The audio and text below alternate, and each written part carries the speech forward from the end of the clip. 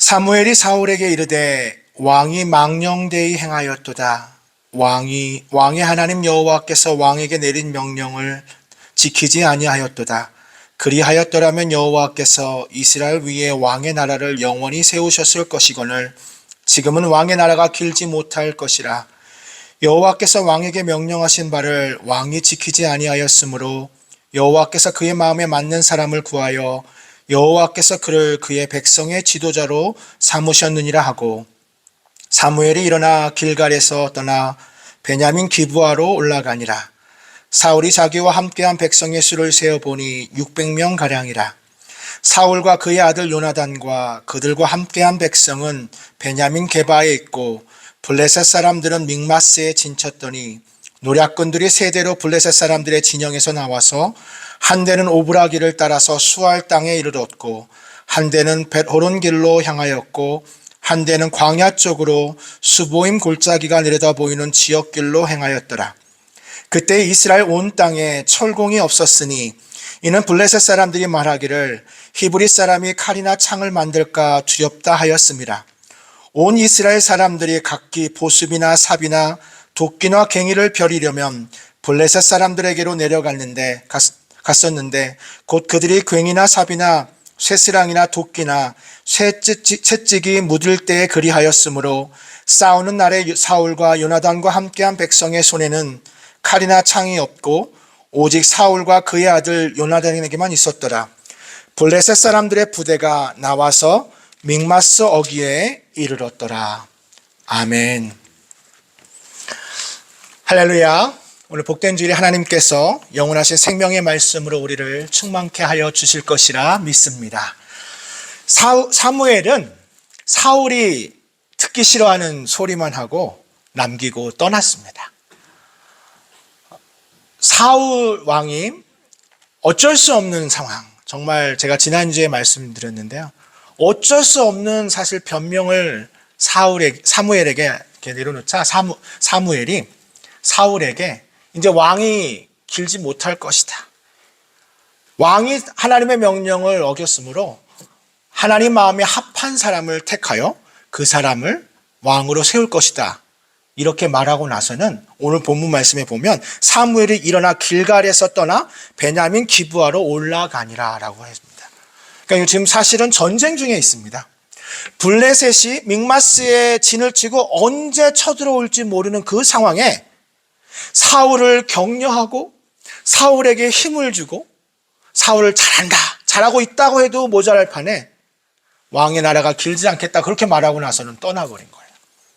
혼자 남은 사울은 어찌할 방도를 모르고 내가 지금 남아있는 백성이 몇 명인가 한번 세어봤어요. 그래서 오늘 본문에 보면 사무엘이 그렇게 떠난 후에 사울과 사무엘이 자기와 함께한 백성의 수를 세어보았다라고 나와요. 근데 몇 명이냐면 600명 가량이라. 지금 블레셋은요, 마병과 병거만 해도 셀 수가 없고 구름같이 진을 치고 있는 그 상황 가운데 사울이 요나단과 함께 자기와 함께한 백성을 세어봤더니 몇 명이래요? 600명이래요. 근데 이 600명은 처음에 모인 숫자가 600명이 아니라 사울은 이미 요나단과 함께 상비군이라고 하는 그런 군사를 이미 만드는데 그때가 벌써 3,000명이었어요. 그러니까 오늘 사무엘상 13장이 시작할 때는 3,000명가량이 사울과 요나단을 호위하는 군사가 있었는데 지금 자기와 함께한 사람이 몇 명이라고요? 600명인 거예요. 그럼 나머지는 어디 갔을까요? 우리가 지난주에 봤던 것처럼 풀이나 숲이나 어디로? 도망가 있는 상태인 거예요. 전쟁이 지금 코앞에 다가오는 이 상황 가운데 자기와 함께한 군사들이 다 도망가 있는 상황. 그 상황에 지금 사울은 혼자 놓여져 있다는 것입니다. 이 숫자가 보여주는 의미가 굉장히 큽니다. 왜냐하면 사울이 왕권 초기에 암몬과의 전투에서 사울이 이스라엘 전역에 군사를 소집할 때 이스라엘 군대만 30만 명, 그리고 유다만 3만 명. 몇 명이에요? 33만 명이 암몬과의 전투에서 모여 있는 거예요. 그런데 지금 블레셋은 당시의 무기를 가지고 있는, 철을 가질 수 있는 철기 문화를 가지고 있는 그 블레셋, 그 블레셋과의 전투에는 지금 자기와 함께한 숫자를 세보니까 몇 명이에요? 600명인 거예요. 과연 이 숫자를 가지고 전쟁이나 가능할까? 근데 성경은 거기서 끝나지 않고 그 당시에 이스라엘이 갖고 있는 처해 있는 상황을 설명하는데, 그것이 무엇이냐면 이스라엘 당시에는 철공이 없었다. 철공이라고 하는 건 뭐죠? 철을 가지고 무기를 만들 수 있는 철공이 없었다고 말해요. 심지어 본문에 보면 삽이나 보습이나 괭이나 이런 걸 가지고 그런 거를 만들려고 해도 만들 수가 없어서 블레셋에 가서 겨우 구할 때, 삽이 좀 무뎌질 때 자기 스스로 삽을 구할 수 없으니까 그때 가서야 블레셋에 가서 돈을 주고 사야 되는 그런 상황. 그런 상황 가운데 이스라엘이 놓여 있다고 성경은 말하고 있습니다.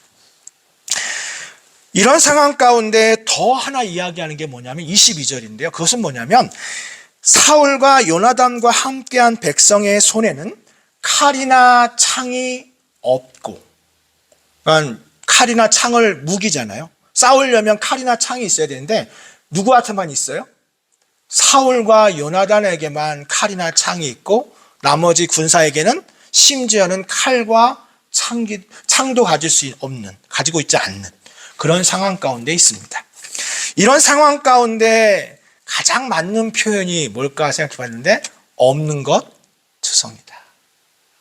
없는 것 투성이다. 이것도 없고 저것도 없고, 전쟁을 하려고 하니까 칼이나 창도 없고, 전쟁을 하려니까 뭐도 없어요? 군사도 없어요.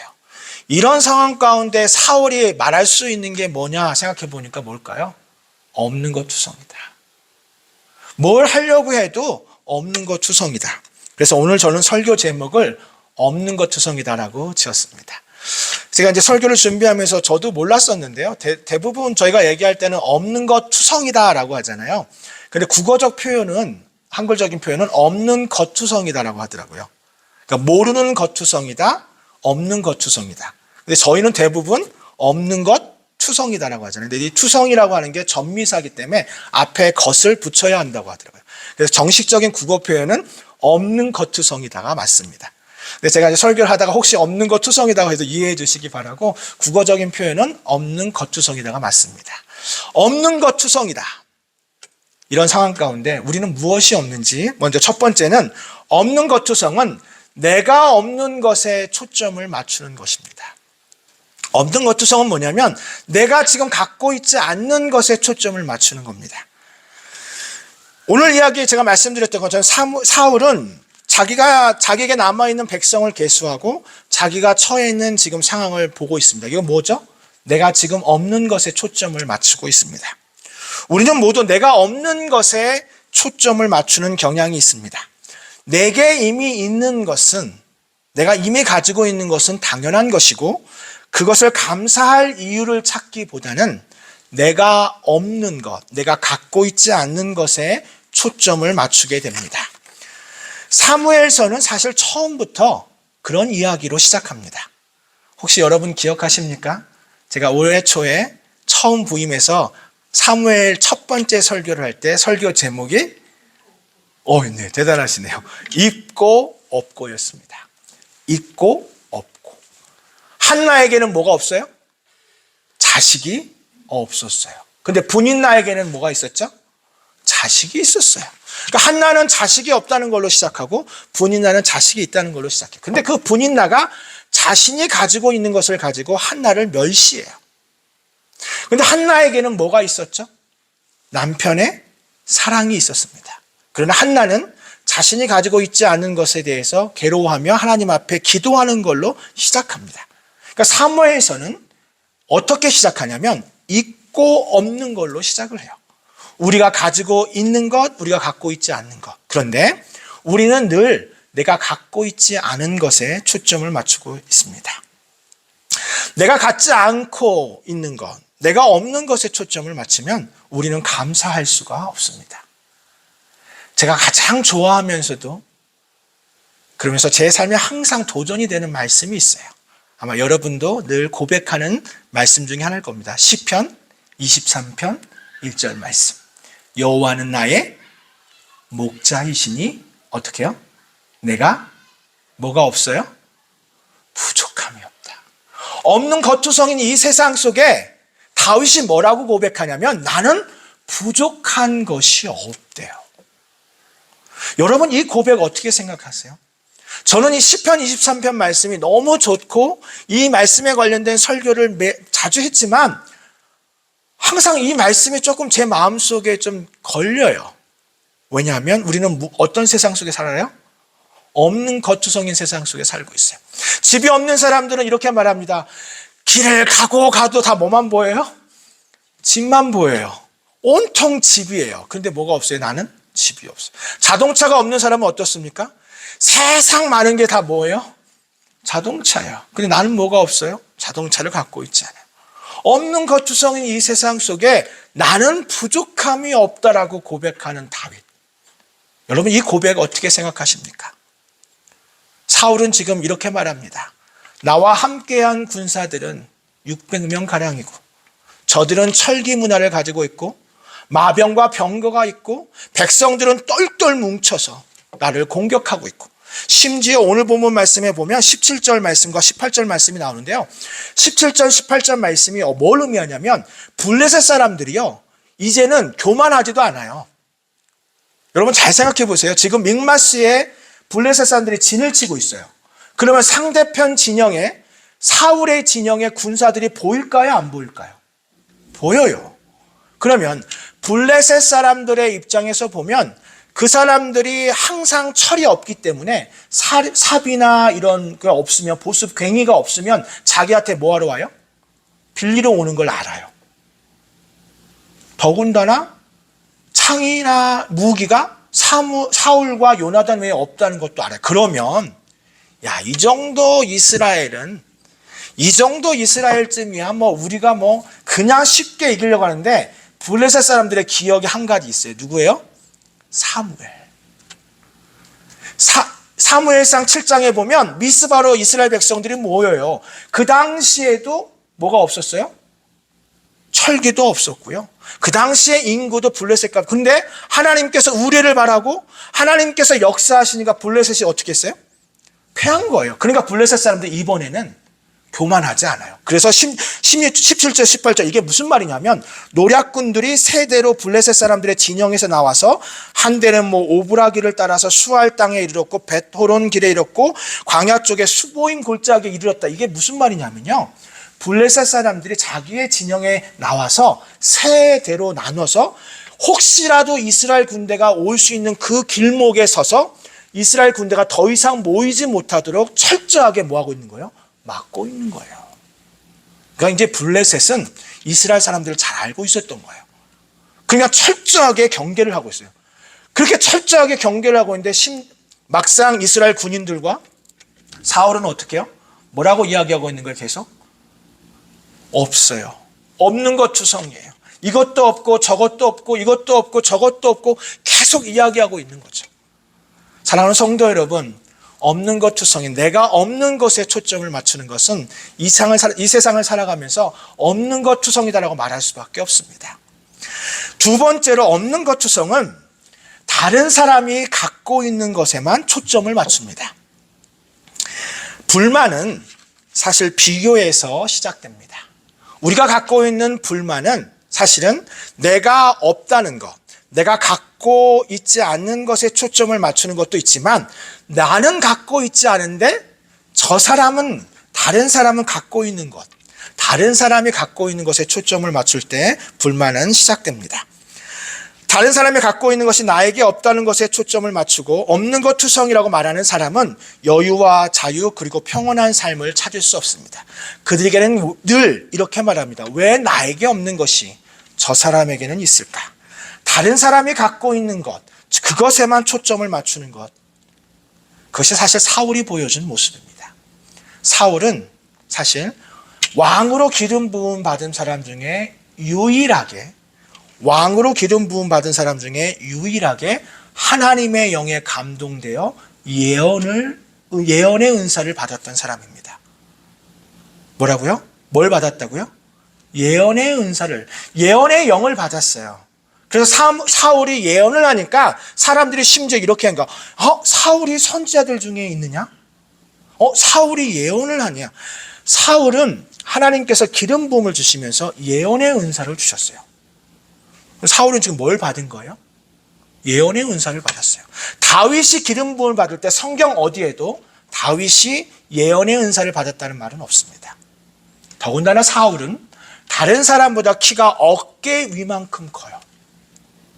어깨 위만큼 크고, 그리고 준수했고 가문도 유력한 가문이었습니다. 그런데 지금 사울은 계속해서 뭘 봐요? 다른 사람이 갖고 있는 것에만 초점을 맞춥니다. 아마 사울은 일평생 다윗을 보면서 왜 다윗은 왜 골리앗 앞에 설 수 있었을까? 나도 어떻게 보면 그래도 가장 골리앗하고 키가 비슷하다고 볼 수 있는 이스라엘에서 가장 키가 큰 사람인데 나는 왜 골리앗 앞에 설 수 없었을까? 그러면서 일평생 누구만 보고 있어요? 다윗이 가지고 있는 것에만 초점을 맞추고 있어요. 자기가 갖고 있는 것, 하나님이 자신에게 주신 것을 초점을 맞추는 것이 아니라 다른 사람이 갖고 있는 것에만 초점을 맞추고 있습니다. 제가 한 그림을 하나 준비했는데요. 이 그림을 좀 보시면서 첫 번째 그림인데요. 나의 문제. 여러분 보이시죠? 나의 문제라고 하는 문제가 있습니다. 나의 문제라고 하는 것은 뭐냐면 어떻게 보면 결핍이겠죠. 없는 것 투성인. 없는 것 투성인 게 나의 문제예요. 나는 없는데 다른 사람은 갖고 있어요. 이게 지금 나의 문제예요. 이 나의 문제를 저와 여러분 모두가 다 직면하고 있습니다. 그런데 다음 슬라이드 한번 보여주세요. 나의 문제가 있는데 하나님은 사랑이시라, 하나님의 사랑이시라는 이 그림이 옆으로 조금 들어왔어요. 여러분 어떠세요? 보이시죠? 그러니까 하나님이 사랑이시라, 하나님은 사랑이시라가 조금 들어왔어요. 그러니까 나의 문제가 조금 어떻게 됐죠? 조금 줄어들었어요. 그 다음 슬라이드 보겠습니다. 하나님은 사랑이시라, 하나님의 사랑이 온전한 내 마음에 들어왔어요. 그때 나의 문제가 어떻게 됐죠? 더 줄어들었죠. 그런데 여러분 혹시 그거 아세요? 나의 문제라고 하는 저 원의 크기는 처음 슬라이드, 두 번째 슬라이드, 세 번째 슬라이드 다 똑같습니다. 똑같은 크기였어요. 그런데 어떻게 느끼시죠? 더 작게 느껴지시죠? 왜요? 내 문제에 초점을 맞추고 내가 없는 것 투성이다. 다른 사람은 갖고 있는데 나는 없다는 것에 초점을 맞추면 나의 문제만 어떻게 해요? 커 보이는 거죠. 그런데 하나님의 사랑, 하나님의 은혜, 하나님의 말씀이 내 마음에 들어오니까 나의 문제가 어때요? 없어진 게 아니라 줄어든 게 아니라 그렇게 보일 수 있다는 거죠. 할렐루야. 이게 은혜인 줄 믿습니다. 문제가 완전히 사라져야만, 없는 겉투성인 이 세상 속에 모든 것이 채워져야 기쁜 것이 아니라 문제는 그대로여도 하나님의 사랑이 내 마음속에 들어올 때 그 문제가 조금 더 커 보이지 않는, 여호와는 나의 목자시니 내게 부족함이 없으리로다 라고 고백했던 다윗은 그의 인생의 가장 아름다웠던 청년의 시기를 도망자의 신세로 살아야 했습니다. 굴에서 숨어 있어야 했고요. 가장 혈기가 있고 또 골리앗을 물리치는 데 가장 기쁨이 충만한 이때 그는 계속해서 도망자의 신세로 살아가는 다윗. 그가 어떻게 그렇게 고백할 수 있습니까? 하나님의 사랑이 크니까요. 미국의 한 여론조사 기관이 한 조사가 있는데요. 당신의 외모를 바꿀 수 있다면 바꾸겠는가? 라는 여론조사가 있었다고 합니다. 이 설문조사에 남자의 응답자의 94%, 그리고 여자 응답자의 99%가 그렇게 하겠다고 대답했다고 합니다. 제가 여러분에게 한번 물어보겠습니다. 여러분 외모 한번 바꾸고 수 있다면 바꾸고 싶으세요? 제가 아내한테 한번 물어봤거든요. 그랬더니 당장 얘기하더라고요. 바꾸겠대요. 우리는 모두 다 그렇게 아마 이야기할지도 모르겠습니다. 그런데 여러분, 영어에는요, 원급이 있고 비교급이 있고 최상급이라는 것이 있습니다. 원급은 뭐냐면 내가 원래 갖고 있는 그 원급이죠. 거기다 영어 단어에서는 이하를 붙이거나 삼음절 이상일 때는 뭐를 붙이면 비교급이라고 말합니다. 행복한 게 있는데 더 행복하고, 예쁜 게 있는데 더 예쁘다. 비교급. 사울은 비교급의 인생을 살았습니다. 늘 비교하고 내가 없는 것, 다른 사람이 갖고 있는 것, 그 비교급의 인생을 살았습니다.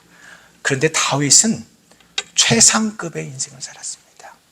사랑하는 성도 여러분, 저와 여러분은 하나님의 걸작품인 줄 믿습니다. 복사품처럼 만든 것이 아니라 여러분 한 분 한 분의 모양, 얼굴, 생김새, 여러분 한 분 한 분이 처해 있는 모든 환경들은 하나님께서 여러분에게 주신 최상급인 줄 믿습니다. 사울과 다윗의 차이점 단 하나 이야기하자면 사울은 비교급의 인생을 살았고 다윗은 최상급의 인생을 살았습니다. 그러게 다윗은 뭐라고 고백하는 거예요? 여호와는 나의 목자시니 내게 부족함이 없으리로다. 이 고백을 할 수 있었던 건 뭐냐면 다윗은 최상급의 인생을 살았기 때문입니다. 만약에 다윗이 사울처럼 비교급의 인생을 살았다면 아마 다윗은 그 시간들을, 그 광야의 시간들을, 그 고난의 시간들을 이겨낼 수 없었을 것입니다. 얼마나 억울했겠습니까? 자기는 골리앗을 물리친 것밖에 없어요. 근데 그걸로 인해서 그의 20대를 그냥 도망자의 신세로, 말이 지금 도망자라고 이야기하고 우리는 성경을 알지만 그 당시로 보면 최고의 범죄자예요. 누구에게 쫓기는? 그 나라의 왕에게 쫓기는, 그 나라의 왕에게 쫓기는 인생을, 그의 젊은 시절을 다 보내는 인생. 그가 만약 비교급의 인생을 살았다면 그는 아마 살 수 없었을 것입니다. 사랑하는 성도 여러분, 저와 여러분은 최상급의 인생을 살아가는, 그래서 시편에 보면 139편 14절에 내가 주께 감사하오문, 내가 주께 감사함은 나를 지으심이 심히 기묘하심이라. 하나님이 나를 지으심이 개역개정 이전에는 뭐라고 말했냐면 신묘막측함이라고 그랬어요. 너무너무 신기해서 측량할 수 없다라고 고백해요. 나를 지으심이 너무 신기해서 그 지으심이 심히 기묘하심이라 주께서 하시는 일을 기이함을 내 영혼이 자라나이다. 비교급의 인생을 살아가는 사람은 이 고백을 할 수 없습니다. 그러나 최상급의 인생을 살아가는 사람은 하나님이 나를 지으심이, 나에게 주어진 이 환경이 최상급임을 우리는 알게 됩니다. 마지막으로 없는 것 투성은 인내하지 못하는 마음입니다. 우리는 이렇게 말했습니다. 나에게 초점을 맞추는 것, 그리고 다른 사람이 갖고 있는 것 초점을 맞추는 것, 이런 것들을 다 없는 것 투성이라고 말하지만 실제로 우리가 가장 없는 것이 있다면 그것은 바로 인내하지 못하는 마음입니다. 내가 지금 느끼고 생각하는 모든 것이 나의 마지막인 것처럼 생각하는 마음처럼, 내가 지금 처해 있는 환경이, 내가 지금 갖고 있는 것들이 마지막이라고 생각하는 사람은 인내하지 못합니다. 하나님의 역사하심을 볼 수 없게 됩니다. 그러나 하나님의 역사하심을 믿는 사람은 인내할 수 있게 됩니다. 참고 인내하는 자를 복되다 하신 하나님의 말씀을 아멘으로 받으시기를 축원합니다. 우리의 삶 가운데 무기도 없고 철공도 없고 철제 무기도 없는 그런 없는 것 투성인 이 세상에도 우리가 인내하고 하나님의 뜻을 바라본다면 우리는 하나님의 놀라운 역사를 보게 될 줄 믿습니다. 우리 자막을 보면서 야고보서 5장 11절 말씀인데요. 우리 함께 자막을 통해서 함께 읽도록 하겠습니다. 보라, 인내하는 자를 우리가 복되다 하나니 너희가 욥의 인내를 들었고 주께서 주신 결말을 보았거니와 주는 가장 자비하시고 긍휼히 여기시는 이시니라. 아멘. 잠깐 자막을 보시면요, 인내하는 자를 우리가 뭐하다고 말해요? 복되다 말해요. 인내하는 자를 복되다. 왜냐? 너희가 욥의 인내를 들었고, 그리고 제가 제일 좋아하는 단어, 주께서 주신 결말. 여러분이 지금 처해 있는 상황, 여러분이 없는 것투성이라고 말하는 것이 주님께서 주신 결말이라고 생각하지 마세요. 깊은 수렁에 있어도, 광야 같은 곳에 있어도 그것이 주께서 주신 결말이 어떤 것인지를 깨닫는 사람은 다시금 일어나 하나님 앞에 나아갈 수 있을 줄 믿습니다. 이런 말 여러분 혹시 들어보셨나요? 지금도 그런 표현을 쓰는지는 모르겠어요. 제가 미국에 와서 그런 표현을 사실 들어본 적이 없는데, 예전에 저희 영어 공부할 때 레몬이라고 하는 단어 있잖아요. 레몬이라고 하는 영어 단어가 불량품이라는 뜻이 있습니다. 지금 미국 사람들이 얼마나 그 단어를 자주 쓰는지 모르는데, 사실 영어 단어에 레몬이라고 하는 단어에는 불량품이라는 뜻이 있어요. 근데 왜 그런 뜻이 있냐면, 레몬이 사실 겉보기에는 굉장히 어때요? 맛있어 보이잖아요. 근데 사실 레몬을 먹으면 어떻게 되죠? 아우, 못 먹잖아요. 그러니까 뭐라고 그래요? 이거 겉보기에는 좋아 보이는데 막상 써보니까 뭐 하는 거?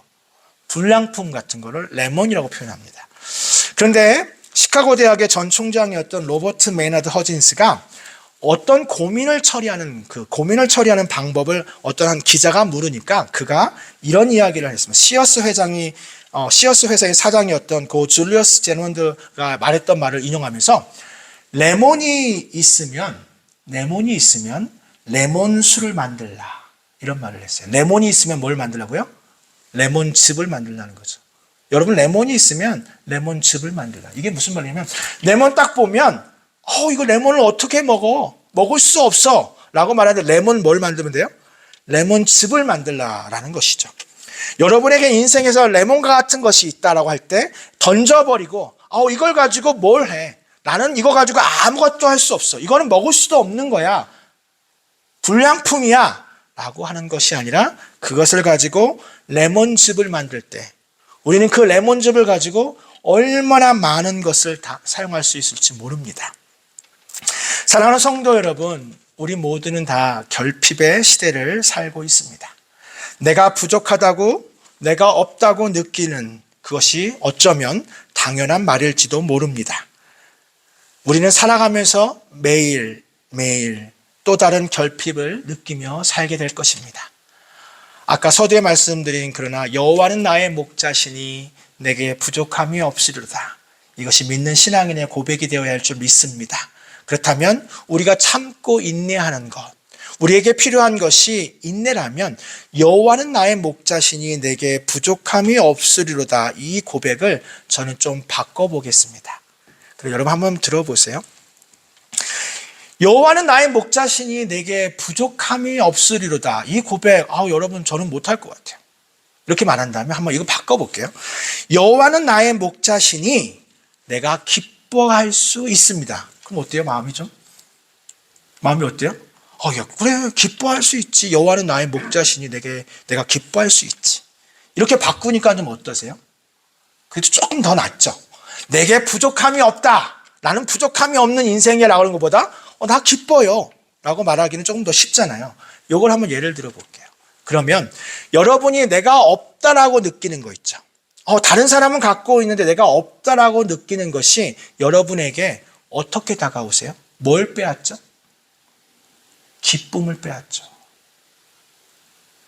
내가 없는 것, 부족한 것, 없는 것투성이가 뭐가 문제냐면 불편한 거예요.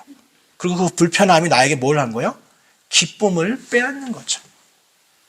그런데 여호와 하나님으로 인하여 기뻐할 수 있다면, 우리가 그거 가지고 기뻐할 수 있다면, 내가 부족하다고 느끼는 것이 나에게 기쁨을 빼앗는 거라면, 아까 우리가 고백하였던 여호와로 인하여 기뻐할 수 있다면 우리는 다시 그 고백을 어떻게 바꿀 수 있는 거예요? 여호와는 나의 목자시니 내게 부족함이 없으리로다. 또 다른 표현을 하겠습니다. 여호와는 나의 목자시니 내가 부족함이 없으리로다. 이 고백을 좀 어렵다면 여호와는 나의 목자시니 내가 두려워하지 아니하리로다. 여러분 어떠세요? 나 하나님 때문에 두려워하지 않을 수 있어요. 그런데 여러분이 부족하다고 느끼는 거, 없는 것 투성이라고 하는 게 여러분에게 어떻게 다가올 때가 있죠? 두려움으로 다가올 때가 있죠. 하나님, 내가 이것이 없으니까 좀 두려워요. 그 두려운 마음을 찾아올 때 하나님으로 인하여 내가 두려워하지 않을 수 있다면 여호와는 나의 목자시니 내게 부족함이 없으리로다. 이 고백을 할 수 있게 되는 거죠. 즉 다시 말씀드리겠습니다. 없는 것 투성이라고 말하는 이 세상에 그 없는 것이 내게 주는 그것들을 다 바꿔보세요. 하나님으로. 그러면 어떻게 고백할 수 있게 되죠? 결국은 다윗처럼 여호와는 나의 목자시니 내게 부족함이 없으리로다 고백할 수 있는 것입니다.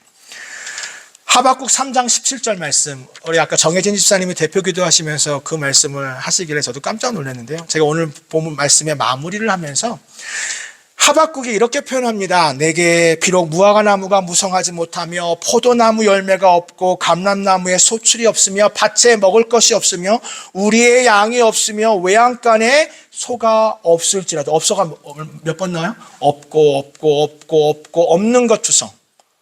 너무 없는 것 투성인 이 시대 가운데 하박국이 그렇게 고백해요. 없는 것 투성이다 이렇게 끝나나요? 그렇지 않죠. 뭐라고 고백하죠?